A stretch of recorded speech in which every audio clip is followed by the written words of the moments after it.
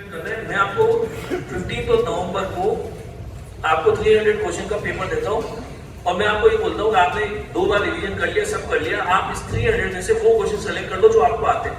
और मैं ये कह रहा हूँ कि आपको केवल 120 क्वेश्चन सेलेक्ट करने हैं। इतना तो हम सब कर लेंगे, या 300 में से 120 क्वेश्चन जो हमको आते हैं वो हम सेलेक्ट कर लेंगे। हमको केवल ये जो 120 क्वेश्चन आपने सेलेक्ट किए, जो आपने सेलेक्ट किए, मैं बोल रहा हूँ केवल ये सॉल्व कर दो आपको, और इसमें से कैसे भी करके 105 सही कर दो। मतलब 300 में से 105 नंबर लेके आ जाओ कि 105 क्वेश्चन मेरे को आते हैं। If you know this much, बाकी का काम तो बहुत आसान है। बाकी के 180 क्वेश्चन में हर एक ऑप्शन के सही होने की प्रोबेबिलिटी ही 45 है।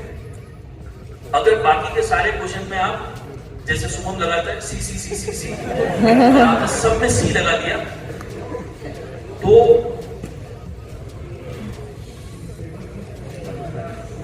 वो हमारा 150 हो जाता है।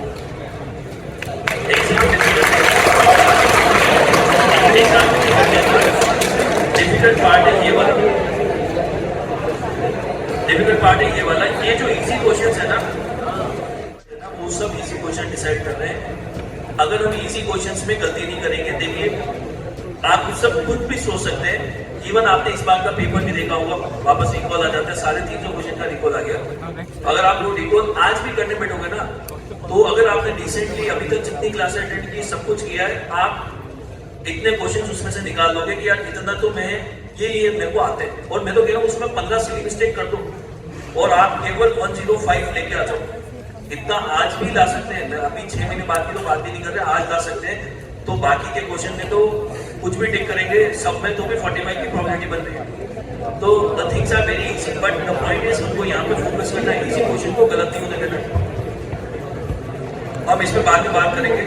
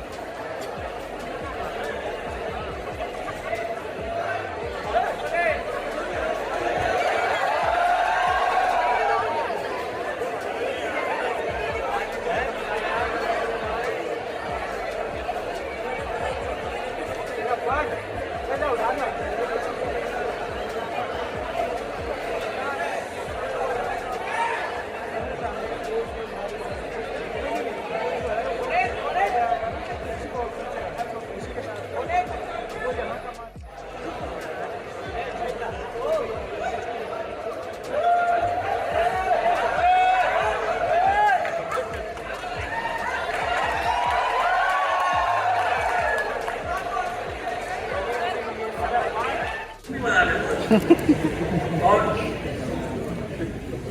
जैसे जैसे करके जो नहीं आ रहे थे तो उससे कोई फर्क पड़ नहीं रहा था, क्योंकि हमारे को 15 पेपर तो तैयार था, 15 क्वेश्चन हमको आते थे। जो नहीं आ रहे थे वहां पे वो चिपकाना था, ऐसा चलता जा रहा था। हमारे वहां पे जेएलएन मेडिकल कॉलेज अजमेर में एक हॉल में एग्जाम होता है, जैसे यहाँ पे हॉल में इतना बड़ा तो नहीं, थोड़ा सा छोटा है। इसके अंदर हम 14 रेजिडेंट थे, मेडिसिन के 14 रिसर्च थे और कुछ और थे जिनका फर्स्ट हाफ में पेपर होता था सुबह शाम वाले 2 से 5, 2 बजे चालू होगा, 5 बजे तक होगा। तो हमारे सीनियर ने ऐसा कहा कि तुम बिल्कुल घबराओ मत, सब मोबाइल लेके जाना और वहां से मोबाइल से फोटो खींच देना, भेज देना बाहर, जूनियर को बैठा के रखना, जेरोक्स वाले यहाँ पे सेकेंड ईयर को समझदार को, उसका पेपर आ जाएगा। वो फटाफट हैरिसन में से वो क्वेश्चन की माइक्रोजेनिक्स निकालेगा और तुम कितने 14 बीजी हो, हाँ, वो 14 सेट बना देगा। और हॉल का जो बाथरूम है, जो वॉशरूम है, उसकी हमने खिड़की फोड़ रखी है। आपने देखा होगा ना, पुराने मेडिकल कॉलेज में खिड़कियां वैसे फूटी हुई होती है, तो फिर फूटी हुई है, वो उधर से बाहर से आके वहाँ 14 सेट रख देगा, उसके ऊपर पत्थर रख देगा, सब अपना अपना जाके सेट लेके आ जाना और लिख लेना। तो ठीक है, सब कुछ थे। और हमारे सर ने भी कह दिया तो कुछ भी लिख देना, तो हम भी तैयार थे, कुछ भी लिख देंगे। अब पेपर चालू हुआ, 4:30 बज गए थे, 2 बजे पेपर चालू हुआ, 4:30 बज गए थे। पेपर बाहर चला, पेपर तो 2 बजे पेपर हाथ में आया था, 2 पे तो उधर जेरोक्स बन रही थी। तो मैं जब एग्जाम देने गया था तो मैंने क्या किया था, उस दिन लकीली क्या हुआ, जो मेरा मोबाइल था मैंने जाके एग्जामिनर को जमा कर दिया। पहले तो मैंने सोच के रखा था लेके जाऊंगा। मैं कहा यार छोड़, क्या करना है अपने को, तो जो सर ने कहा है नहीं आता तो जो आता है वो लिख दो, हार्ट फेलियर आता है हार्ट फेलियर लिख देंगे। तो मैंने कहा जमा कर दिया। अब क्या हुआ, हम 14 थे और 14 में से कुछ 5 लोग अभी तक वॉशरूम जाके आ चुके थे, मतलब वो अपना सेट लेके आ गए थे और उनका प्रोग्राम चल रहा था। कुछ एक आधा क्वेश्चन मेरा बाकी था, 1 या 2 कुछ मेरे को थोड़ा थोड़ा आ रहा था, नहीं भी आ रहा था, तो मैंने उनका लिख देंगे। फिर मैंने सोचा अब आधा घंटा है, टाइम है, मैं भी जाया देख के तो आऊँ क्या चल रहा है, सब जा जाके आ रहे तो क्यूरियोसिटी हो जाती है ना, क्या मजा आ रहा था ऐसा। अब देखिए कैसा था हमारा हॉल के अंदर। मैं एग्जाम दे रहा हूँ, यहाँ पे एग्जामिनर इन्विजिलेटर बैठे यहाँ पे, ये यहाँ पे बच्चे बैठे हुए, ये मेरी सीट थी। यहाँ पे वॉशरूम का गेट था। जब वॉशरूम के अंदर जाते तो यहाँ पे एक थोड़ा सा खाली जगह थी और फिर यहाँ पे वॉशरूम बने हुए थे अंदर को, कुछ इस तरीके से, और यहाँ पे थी वो बैठी। मैं अंदर गया, ये दोनों बंद थे, मतलब अंदर कोई था, मेरा तो उनसे काम भी नहीं था। मैं तो गया खिड़की के यहाँ पे, और वहां पे इतने सारे लोग पड़े थे, 5 मतलब 14 आए थे, उसमें से 4-5 ही उठे थे, बाकी तो पड़े हुए। तो मैं वहां गया और मैंने एक लिया और मैं देख रहा था वहां पे। मैंने कहा यही देख लेते थोड़ा बहुत, क्या है कुछ काम का तो लेके जाए, इतने सारे कौन देखेगा वहां पे, और इतना माइक्रो दिख भी नहीं रहा उसका। इतनी देर में ये जो हमारा इन्विजिलेटर था, इसको पता नहीं क्या हुआ कि ये सब लोग वॉशरूम में क्यों जा रहे हैं अभी, और ये आ गया यहाँ पे।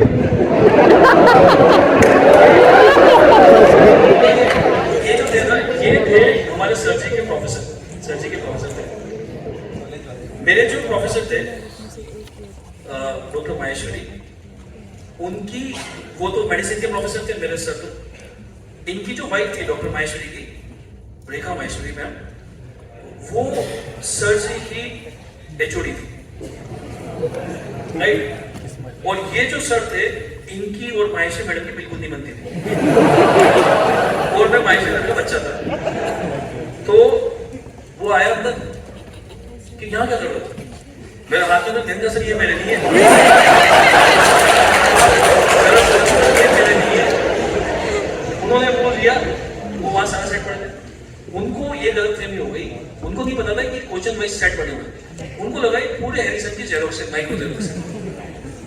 तो वो आए बाहर उसको तिलमिलाते हुए क्वेश्चन से बाहर, ये क्या लगा रखा है तुम लोगों ने यहाँ पे, हैरिसन की माइक्रो जेरोक्स रखी है इस बच्चे ने, और ये देख रहा है, वो किसका बच्चा है, किसके अंडर कर रहा है, नंगा सर माहेश्वरी सर अंडर। अब उसको मजा आ गया कि ये तो आज माहेश्वरी सर पकड़ा गए, आज वो बता दूंगा। तो इसने कहा तेरी कॉपी जमानी होगी, तू तो 6 महीने बाद आएगा। मैंने कहा सर ये मेरे नहीं है, आप कुछ कर लो, ये मेरे नहीं है। फिर अब मेरा एक क्वेश्चन बाकी था, मैं सॉरी बोल रहा हूँ, वो सुनने को तैयार नहीं, उसको तो मजा आ गया था। तो मैंने कहा कि बोलता रहेगा बेटा, मैं लिखता था, मेरा एक क्वेश्चन था वो मेरे को करना था, मैंने कर दिया, वो कर दिया। मैं कॉपी जमा करने गया, ते कॉपी नहीं लेंगे, मैं कहा नहीं लोगे तो सर ऐसा है कि पहली चीज ये क्वेश्चन आंसर के सेट है, हैरिसन की जेरोक्स नहीं है। दूसरा, पेपर बाहर गया होगा तभी सर क्वेश्चन आंसर आए, मेरे पास तो मोबाइल भी नहीं है, मोबाइल तो मैं आपको दे के आया, तो मैं तो भेज ही नहीं सकता। तो वो जैसे तैसे थोड़ा बहुत ठंडा हुआ। तो उसने कहा तू मैम से माफी मांग ले, एक दो इंजीनियर थे कि ये नहीं मानी वो नहीं मानी, तुमसे मांग मुझसे मांग, मैंने सबसे माफी मांग ली और उन्होंने कॉपी ले ली। कॉपी तो लेनी थी क्योंकि धक्का मार के पास करना है, कॉपी ले ली। और मुझे लगा कि ये बात यहीं खत्म हो गई होगी, किसी को पता नहीं पड़ेगा, किसी को, मतलब मेरे को केवल इनसे ही मतलब था, पर्टिकुलरली इनसे, मतलब मेरे सर को पता नहीं चलना चाहिए, नहीं तो इमेज ऐसी हो जाएगी क्या है। तो सब चीजें हो गई, चारों थ्योरी पेपर खत्म हो गए। अब आया प्रैक्टिकल एग्जाम। तो प्रैक्टिकल एग्जाम में 2 इंटरनल थे, 2 एक्सटर्नल थे। इनमें से एक इंटरनल थे डॉक्टर अनिल, और उनसे मेरी बहुत अच्छी बनती थी, मतलब सब ये कहते थे तेरे तो मामा है। तो जैसे ऐसा है ना उसका कि डॉक्टर अनिल सामरिया इस बार में इंटरनल रहेंगे, तो मेरा तो फिक्स हो गया, अब मैं कुछ नहीं करना, अब पास है। तो मैं सर के करके हर प्रैक्टिस मतलब थ्योरी और प्रैक्टिस 10 दिन का लिया था। तो प्रैक्टिस एक दिन पहले सर के करिए, अनिल सर ही बनवा रहे। मैं कहा सर कल है आपको देखना है, आप देख लीजिए तो चिंता मत करो, सब पढ़ के आना अच्छे से। कहा सर प्रैक्टिकल एग्जाम था, प्रैक्टिकल एग्जाम में 2 चीजें हुई। लॉन्ग केस होता है 45 मिनट का, 4 एग्जामिनर बैठते हैं आपके सामने, आप यहाँ पे पेशेंट के साइड में खड़े रहते हो और वो आपकी 45 मिनट तक बजाएंगे। बस उनका एक ही मोटिव, जब तक आप आंसर देना बंद नहीं करोगे तब तक वो आपसे क्वेश्चन पूछेंगे, तब तक पूछेंगे। अब पहले ही बोल रहे तो फिर फेल भी कर देंगे ना, फिर डर भी लग रहा था। ऐसा भी नहीं फेल नहीं, क्योंकि पिछली बार हमारे जो सीनियर थे 4 को फेल कर दिया था। तो उनके कुछ कारण अलग थे, पढ़ाई की वजह से कोई फेल नहीं होता, पढ़ाई की वजह से नहीं होता है। किसी ने प्रोफेसर से लड़ाई कर रखी थी, किसी की बनती नहीं थी, कुछ था, उनके पर्सनल मैटर थे, तो 4 पिछली बार अटक गए थे। तो अब हमारे दिमाग में, मेरे दिमाग में यही था, इन्होंने मैक्सिमम 4 को अटकाया था पिछली बार, तो मेरे को कैसे भी करके लास्ट 4 में नहीं आना, 10 तक चलेगा। तो ये क्वेश्चन पूछा जा रहा है, ये सब चल रहा है। यहाँ पे तो एक्सटर्नल इंटरनल तो बोल भी नहीं रहे, अनिल सर बैठे चुपचाप, वो बोल ही नहीं रहे कि एक्सटर्नल मारे जा रहा सब्जी। तो फिर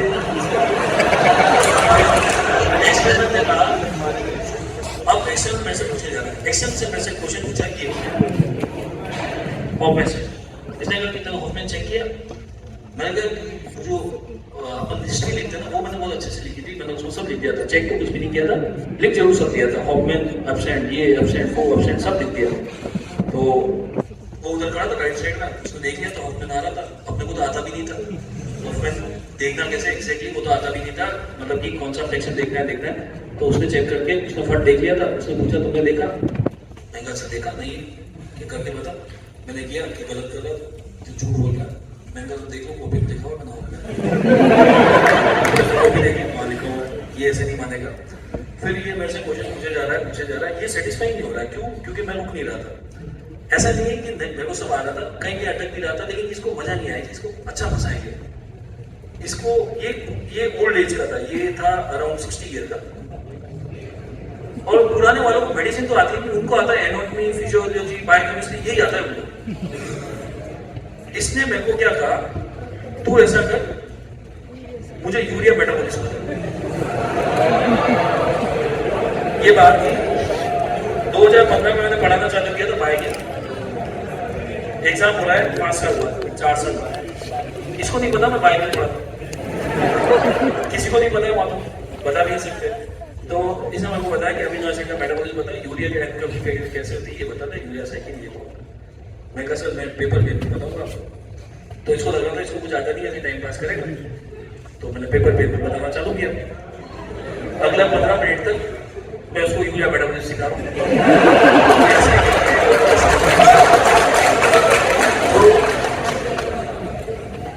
वो बिल्कुल ऐसे आश्चर्यचकित हो गया, ये क्या कर दिया इसने, और मेरे पास वाले देखना है, इसको यूरिया साइकिल भी याद है, क्रैम साइकिल भी याद है इसको, मतलब मेडिसिन याद होता वो तो ठीक है, इसको तो यूरिया साइकिल भी याद है, क्या पड़ गया है ये तो खत्म हो गया। अब जब लॉन्ग केस खत्म हो जाता है आपका 45 मिनट का, वही रिजल्ट डिसाइड हो गया। उसके बाद में ये लंच ब्रेक में जाते हैं और आपको भी लंच दिया जाता है, और उसमें ये आपकी चारों कॉपियां जो आपकी थ्योरी पेपर थे ना वो चारों चेक होगी, एक एग्जाम को एक तो खाना खाते रहते चेक करेंगे, नाम भी चेक करेंगे। तो मेरी जो फर्स्ट पेपर की कॉपी थी वो पहुंची डॉक्टर अनिल के पास। एक कॉपी तो जानी थी ना उनके पास, जानी थी, तो उन्होंने राइटिंग देख के पता लग जाता है, 14 जनों में तो राइटिंग से पता रहता है। तो उन्होंने देखा अच्छा प्रियांश की कॉपी है, अच्छे से नंबर देना चालू किया, बढ़िया नंबर दे रहे। फिर सब लास्ट में टोटल किया तो 100 में से कुछ 112 नंबर।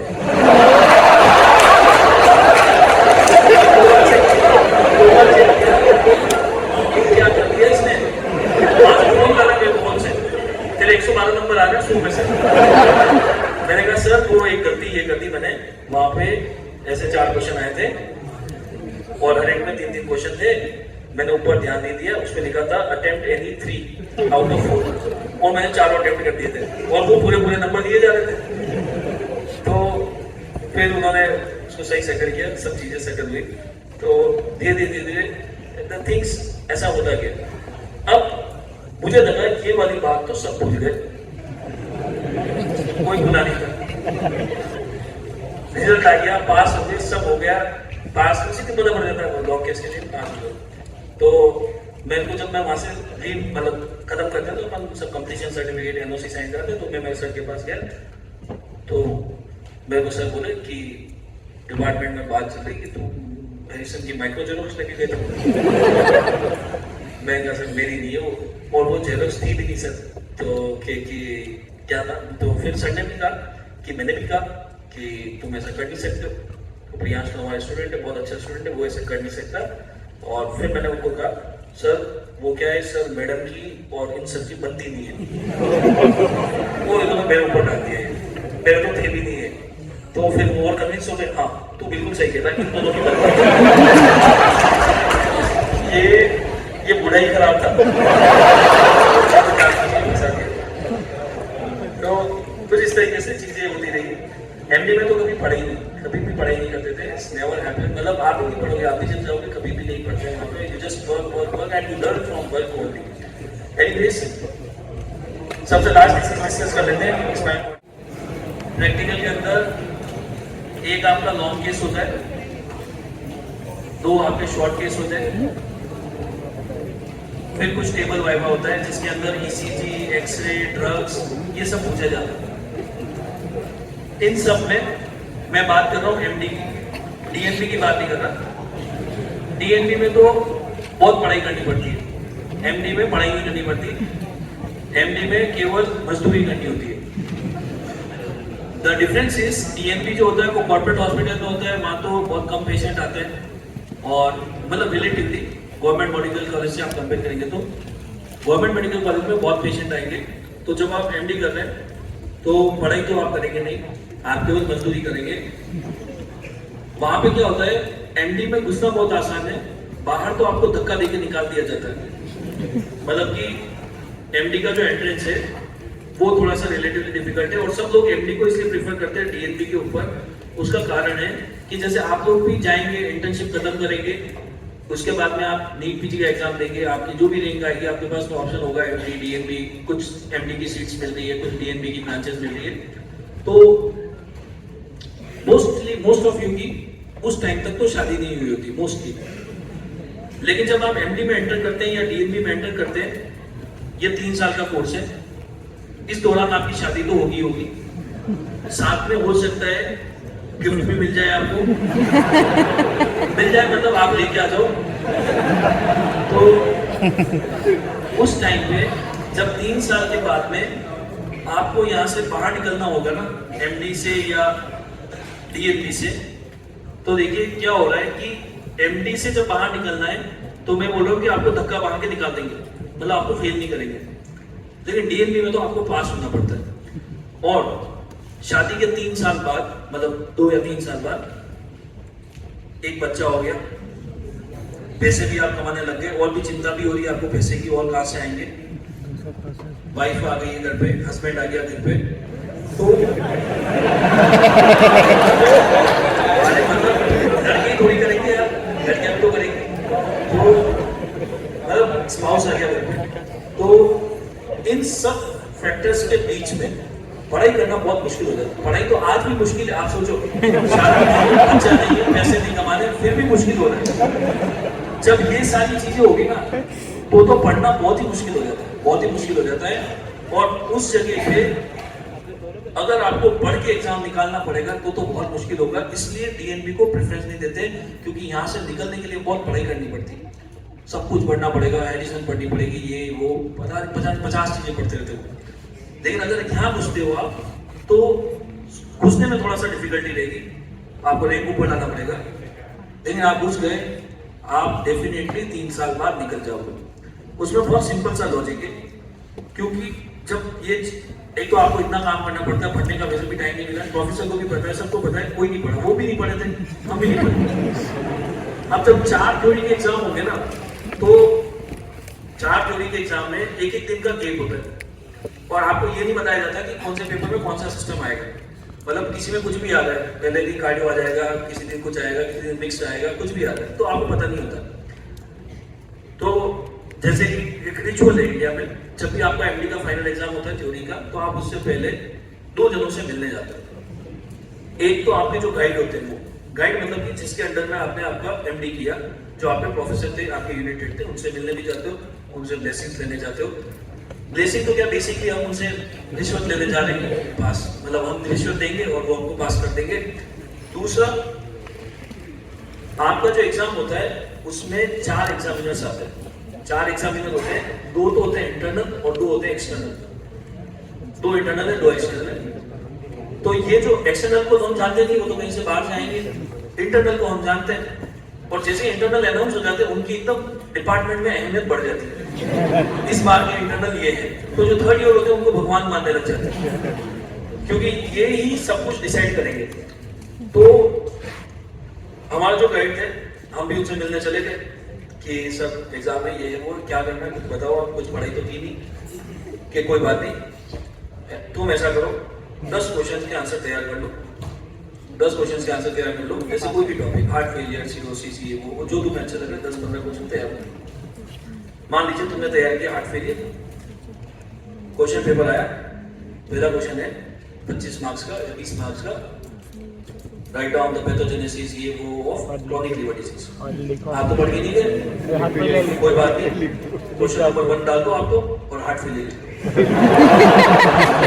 तो कोई नहीं पढ़ता, उस कॉपी को कोई पढ़ता भी नहीं है। उस कॉपी में क्या चेक किया जाता है कि क्वेश्चन नंबर 1 अटेम्प्ट किया है या नहीं किया, और किया है तो कितने पेज भरे हैं इसने, क्योंकि वो खाना खाते खाते कॉपी चेक करेंगे। मैं आपको बताऊंगा वो कॉपी कब चेक होती है, वो खाना खाते खाते कॉपी चेक करेगा। जब वो कॉपी चेक करेगा, मैंने आपको बोला था 4 पेपर थे, 4 ही एग्जामिनर आते हैं, 4 एग्जामिनर आते हैं, सबको एक कॉपी दी जाती है, हर एक बच्चे की एक कॉपी सबके पास पहुंच जाती है। तो वो कॉपी चेक करेंगे, वो पेपर तो देखते नहीं है कितने पेज भरे। ये 10 मार्क का क्वेश्चन था, 10 पेज भरे नहीं भरे ये देखना है हमको। तो हमारे सर ने ये बोल दिया कि तुम ऐसे तैयार करके चले जाओ। हम बिल्कुल कॉन्फिडेंट हो गए, मैंने कहा 10 की क्या बात है सर, 15 कर लेते तैयार। तो 10-15 क्वेश्चन बिल्कुल तैयार, कॉन्फिडेंट, पेपर में चले गए। पहले थ्योरी एग्जाम होता है, फिर प्रैक्टिकल होता है। पहला थ्योरी का पेपर था, first show first paper. Question आए कुछ इस तरीके से, 4 क्वेश्चन थे। 4 क्वेश्चन में से उन्होंने वापस आगे फर्दर और क्वेश्चन दे रखे थे, हर एक में 3-3, 4-4 क्वेश्चन और थे। जैसे कि पहले क्वेश्चन में यहाँ पे उन्होंने लिख दिया, मान लीजिए नेफ्रोटिक सिंड्रोम, फिर फियोक्रोमोसाइटोमा, फिर कुछ ऐसे कर करके कुछ क्वेश्चन थे। 4 क्वेश्चन में, हर 4 क्वेश्चन में 3-3 क्वेश्चन थे, तो टोटल 12 क्वेश्चन होते थे। मैंने लिखना चालू किया, और पहला पेपर था, शुरू में तो राइटिंग जमा के लिख रहे थे, फिर पता पड़ा तो टाइम भी नहीं मिल रहा और कॉपी भी नहीं बन रही है।